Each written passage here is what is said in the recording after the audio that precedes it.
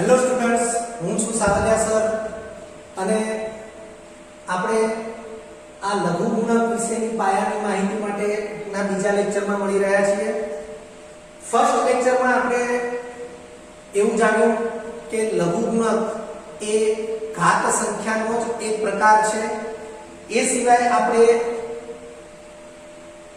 લઘુગુણકની જેમ જ એટલે કે લોગની જેમ જ ln વિશે પણ આપણે અભ્યાસ કર્યો. એ બંનેના સંબંધ વિશે પણ આપણે ભણ્યા. આ લેક્ચરમાં આપણે લઘુગુણકના નિયમો વિશે જાણવાના છીએ. વિદ્યાર્થી મિત્રો, લઘુગુણક એટલે કે લોગના જે નિયમો છે એ જ ln ના નિયમો છે એવું આપણે યાદ રાખીશું. લઘુગુણક નો આધાર એ સામાન્ય રીતે 10 હોય એનો જ અભ્યાસ છે એવી પણ આપણે ચર્ચા એ પ્રથમ લેક્ચરમાં કરેલી છે. અહીં જે પણ નિયમો છે એ લઘુગુણકના કોઈ પણ આધાર માટે સાચા જ રહેશે. લઘુગુણકનો આધાર બદલાશે તો નિયમો બદલાશે એવી કોઈ જ બાબત નથી.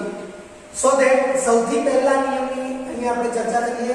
log a raised to n is equal to, તો log a raised to n એટલે કે કોઈ સંખ્યાની ઘાતાંક છે એનો આપણે log જોવાનો છે. તો ઘાતાંક છે એ આગળ આવી જશે એટલે કે ગુણાકારમાં આવી જશે અને જે તે સંખ્યાના log સાથે એ ગુણાશે. એક ઉદાહરણ આપણે લઈએ છીએ log 5 raised to 3. તો ઘાતાંક 3 છે એ આગળ આવે છે, આગળ મીન્સ કે ગુણાકારમાં આવે છે અને log 5 નું જે પણ મૂલ્ય હશે એની સાથે એ 3 ગુણાશે.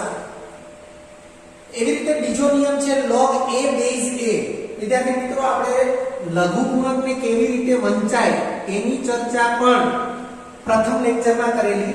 log a base a આવી રીતે એને વંચાશે. તો log a base a is equal to 1. અર્થ કે જે સંખ્યા આધારમાં છે એ જ સંખ્યાનો લઘુગુણક જોવાની વાત હોય તો એ મૂલ્ય હંમેશા 1 આવશે.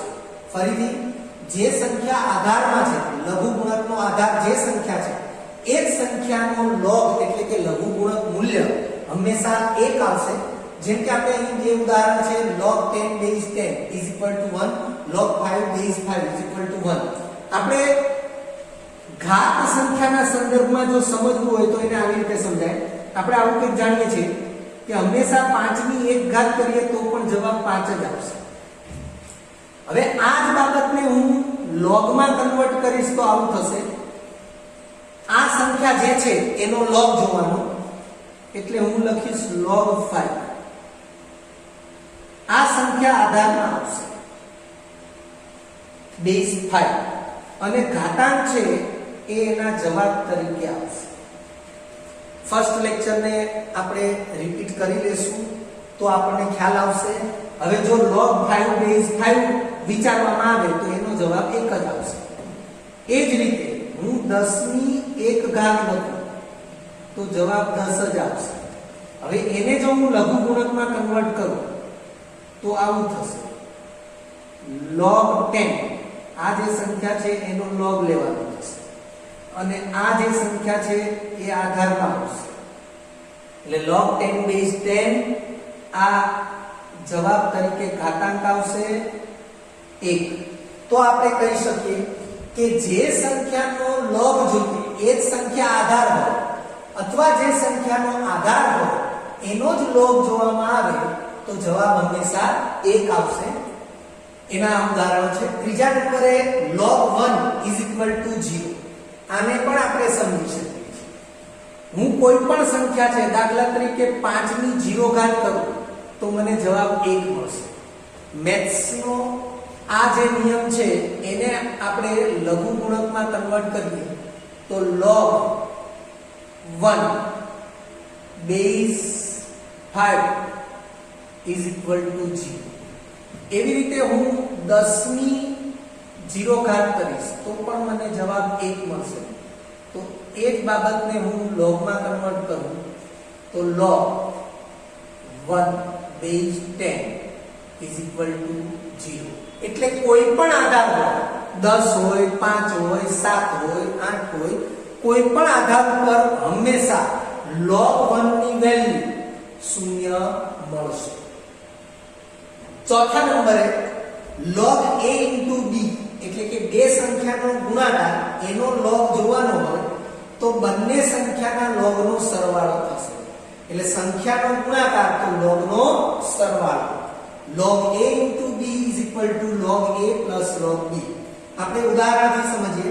દાખલા તરીકે 8 અને 5 ના ગુણાકાર માટે log જોવાનો છે તો એનો જવાબ log 8 log 5 એટલો આવશે. એવી રીતે 15 ગુણ્યા 9 નો log જોવાનો છે તો log 15 into 9 is equal to log 15 plus log 9. પાંચમો નિયમ છે log a upon b. બે સંખ્યા છે એનો ગુણોત્તર આપ્યો છે એટલે આને log ના ભાગાકારનો નિયમ કહેવાય, આને log ના ગુણાકારનો નિયમ કહેવાય. બે સંખ્યાના ગુણાકારનો log એ બંને સંખ્યાના log ના સરવાળા જેટલો થાય. એમ બે સંખ્યાના ભાગાકારનો log એ બંને સંખ્યાના log ની બાદબાકી જેટલો થાય. તો log a upon b બરાબર log a minus log b. એના પણ ઉદાહરણ આપણે લઈએ છીએ. log 8 upon 15 છે તો એનો જવાબ log 8 minus log 15 જેટલો થશે. એવી રીતે log 20 upon 9 છે તો એનો જવાબ log 20 minus log 9 જેટલો થશે. આ નિયમો જે છે એ ln માટે પણ as it is જ રહેશે. એના માટે નિયમો બદલાતા નથી. અહીં મેં લખ્યું છે યાદ રાખો તો 10 ના આધારવાળા 1 થી 10 સંખ્યાના લઘુગુણક મૂલ્યો મેં અહીં લખ્યા છે અને એ લઘુગુણક મૂલ્યો તમારે યાદ રાખી લેવાના છે. એના માટે તમારે log ટેબલની ક્યારે જરૂર પડવી જોઈએ નહીં. સો ધેટ કે સૌથી પહેલું છે log 1 તો log 1 હંમેશા શૂન્ય છે. એ log ના નિયમની અંદર આવી જ ગયું છે કે log 1 હંમેશા શૂન્ય છે. એવી રીતે log 2 is equal to 0.3010 યાદ રાખી જ લેવાનું છે, મોઢે કરી જ લેવાનું છે. log 3 is equal to 0.4771. ક્યાં આપણે એને ગણતરીમાં 0.477 જ લઈએ તો પણ ચાલશે, પણ આપણે યાદ રાખવાનું છે log 3 is equal to 0.4771. ગણતરી માટે ક્યાં 0.477 લઈશું તો પણ ચાલશે. એવી રીતે log 4 બરાબર 0.6021. હવે ક્યાં આપણે એને ગણતરી માટે 0.6020 લઈએ તો પણ ચાલે, એટલે કે 0.602. હવે આ મૂલ્ય છે એને આપણે મેળવી પણ શકીએ છીએ. એની ગણતરી મેં અહીં બતાવેલી છે, તમે જોઈ શકો છો આ બોક્સની અંદર એની ગણતરી કેવી રીતે મેળવેલી છે. તમે જુઓ ધ્યાનથી કે log 2 નું મૂલ્ય જો તમને યાદ છે તો log 4 4 એટલે 2 નો વર્ગ થશે. હવે 2 નો વર્ગ થયો એટલે આપણે ઘાતાંકનો જે નિયમ છે એ લાગુ પાડીએ. આ 2 જે ઘાતાંકમાં છે એ આગળ આવશે ગુણાકારમાં અને log 2 તો log 2 નું મૂલ્ય છે 0.3010. 2 ગુણાકારમાં છે, ગુણાકાર કરીએ તો log 4 is equal to 0 એટલે કે 0.6020 આવું થશે. તો એ મૂલ્ય એ લગભગ 0.6021 ને સમતુલ્ય જ રહેશે. એવી રીતે log 5 is equal to 0.699. વાસ્તવમાં ગણતરી માટે ક્યાંક આપણે 0.7 લઈએ તો પણ ચાલે.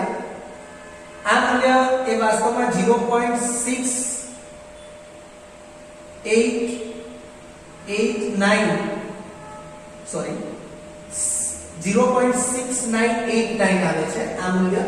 પણ આપણે આ 9 ને કેન્સલ કરી અને અહીં 9 એવું આપણે કરી શકીએ છીએ.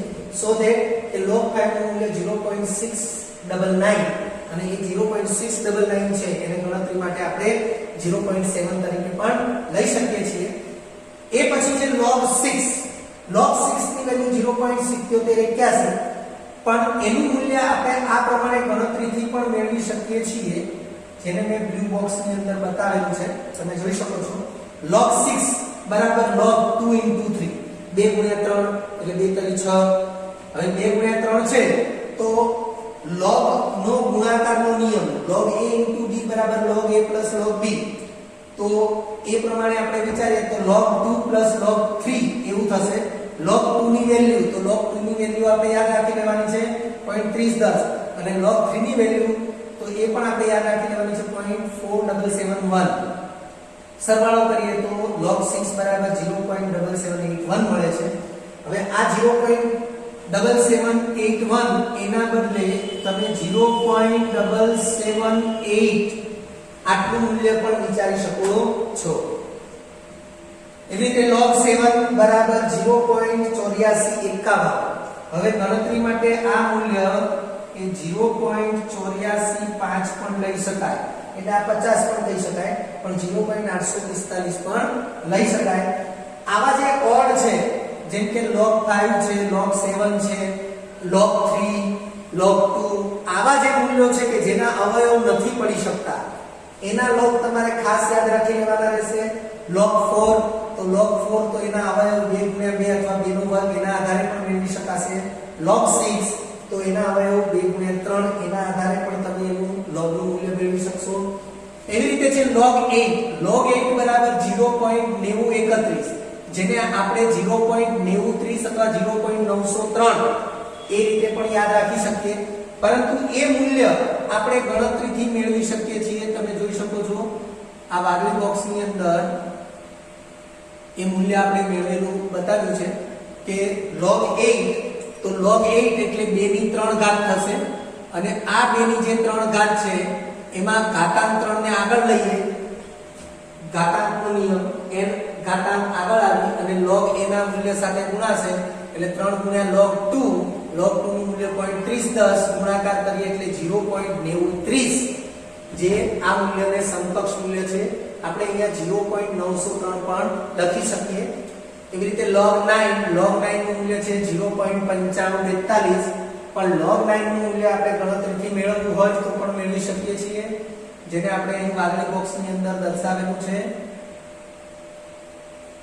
વિદ્યાર્થી મિત્રો તમે જોઈ શકો છો કે 9 એટલે 3 નો વર્ગ અને આ વર્ગ એટલે 2 જે ઘાતાંકમાં છે એને આગળ લાવીએ આ નિયમ મુજબ, તો log 3 ની વેલ્યુ આપણે યાદ રાખી લેવાની છે 0.4771 અને ગુણાકાર કરીએ એટલે log 9 ની વેલ્યુ આવશે 0.9542. એવી રીતે log 10 નું મૂલ્ય, તો log 10 નું મૂલ્ય 1, કારણ કે મેં કીધું એમ કે 10 ના આધારવાળા લઘુગુણક મૂલ્ય છે એટલે મારે અહીંયા 10 નો આધાર વિચારવાનો છે.